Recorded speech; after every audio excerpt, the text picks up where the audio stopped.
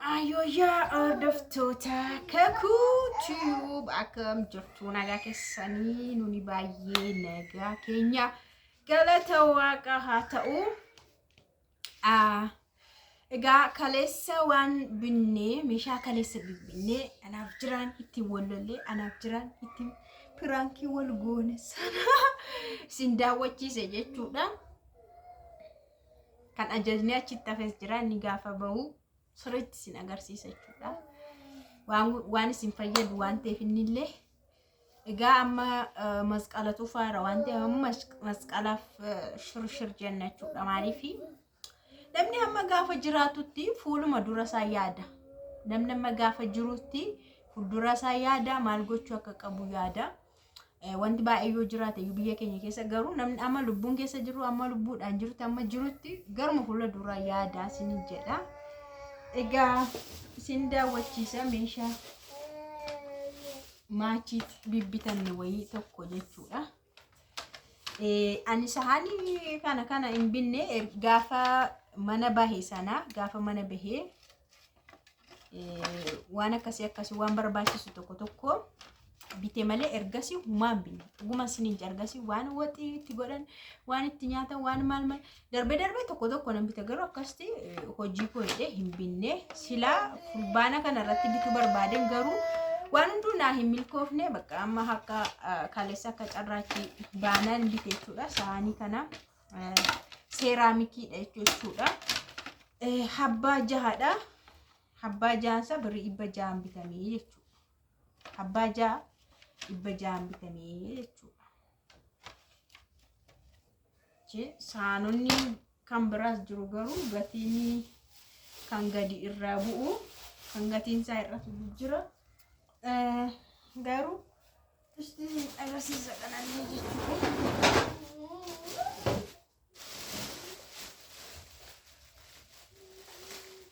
Yaa usoo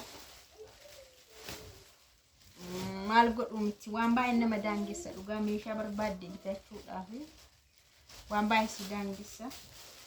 Manni kiraayin illee si daangessa jechuudha. Mana kiraay keessannaa jiraattu ofiittee waan barbaadde bitattu maaliif beektaa? Gaafa manicha keessaa baatu rakkina meeshaa guuranii fe'anii deemuuni mana yeroo jijjiirtu mana kiraayin immoo akkamitti akka baatu hin beekamu, yoom akka baatu hin beekamu. Ati yoo fedhii qabaatte taa'uudhaaf abbaan manaallee ittiin gala siin jechuu danda'a, gadhiisi siin jechuu danda'a. Barbaade immoo kiraay overii sitti cammaru sitti dabaluu danda'a. Kanaaf yoo mana kiraay jiraatamu meeshaa gurguddaan baay'ee ulfaataadha. Yaa simpil waan salphaa jechuudha. Akkasii yeroo baay'ee waanuma kanaaf meeshaa mana keessaa akkas bituu fedhiin qabu yeroo baay'ee jechuudha.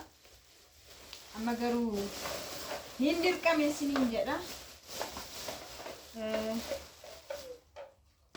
Akkasii yaa isa sana faana wal fakkaata jechuudha. Akka wal fakkaatuuf kootu maama kootu akkas godhu kaameeraa keessatti of ilaaltu malee hin ta'u mucaan kun. Akkasii kunillee kaawwatii jechuudha.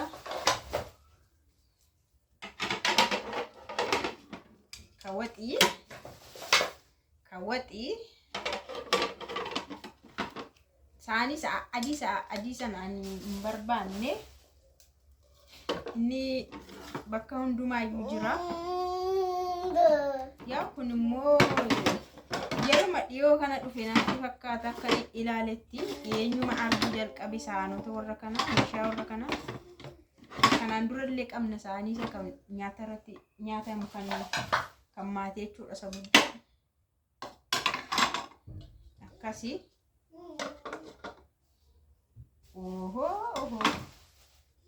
akkasii kunoo jechuudha. Akkasitti kana arfansaa bakka tokkotti bitee jechuudha. Waan hundumaa sinittani magabaa biyyaa garaagarummaa salaalaa isaan kun lamaan gosa tokkodha. Gurguddaadha jechuudha. Isaan kun immoo lamaan immoo xixiqqaadha gosa tokko jechuudha. Sahaanii isa kana faanallee waluma fakkaatanii bareede jechuudha. Yeroo dhiyeessitullee baay'ee nama bareedaa si bareechasi. Egaa isaan kana akkanatti bakkuma tokkottidha kan hin bitee bakka tokkotti birrii 1400 bitame. Salphaadha jedhee yaadaan kun baay'ee gaariidha jedhee yaada. Qarshii 1400 tokko tokkonis bitachuu dandeessanii bakka tokkotti godheen sarbisiisaa jedheen bite malee qofaa ishii bitachuu dandeessaati garuu akka isaan gurguranitti kan birataa meen jiru kan biraa waan tokko birciqqoodha. Birciqqoo kana irratti garuu waan mudannoo jira tokkoon isinitti hima. Waan isa mudate jechuudha yeroo gatii gaafatu ajaa'iba. Maankaadha isheen kun isheen waluun barbaachistu isheen salphaan taate. Mama disi.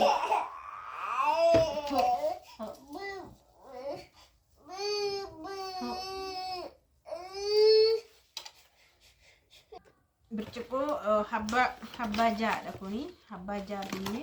Birciqqootiin kunillee dhugaa waaqaa jechuudha birrii 400 bitamte. Kun fa'aa amma birrii itti baay'ateera.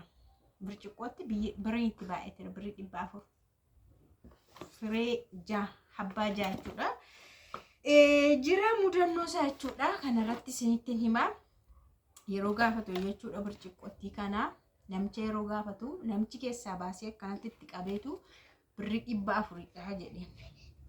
Yeroo inni akkanatti birrii 400 jedhuun tokkittii ishii kanatu 400 se'eetu iddoo tokkotti 2800 jedhaa ture. 2800 jedhaa ture. Yeroo sana baay'inne yaani maalirree gaaltaa innaan birciqqoo 2800 akkas jechaadha. Anis naagaluu dinna iddoo biraa deemne. Lakka mucaan nutti agarsiise akkasuma iddoo biraa deemna 400 nuun jedhan. Inni akkana nu agarsiiseetu malee habbaa tokko hin jenneen jechumarraan mudannoo akkasiillee nu mudate isiniin jedha. Waan nun har'a nagadannee kana jechuudha isiniin jedha. Hordoftoota keenya YouTube keenya like gochuu hin dagatina. Subscribe godha, like godha, video keenya illee aga dhumaa daawwadhaa isiniin jedha please. Kana fakkaata kan informationiin har'a gabaa keessa oollee gallee akkas kaleessa kan hojjenne jechuudha. Kana fakkaata nagaan isiniif haa ta'u hunduma keessaniifu turtii gaarii isiniif haa ta'u like godha, subscribe gochuu hin dagatina video keenya. Turtii gaarii isiniif haa ta'u akkasitti bitadha maachii godha yeroo namaa dhiyeessan dhugaa baay'ee tokko jechuun attract nama godha yeroo ilaaltu hin bareeda fuula namaa fuulduratti. Gatiinsaa kun baay'eedha hin jedhani xixiqqaadhumadha garuu yeroo dhiyaatu attract godha isiniin jedha.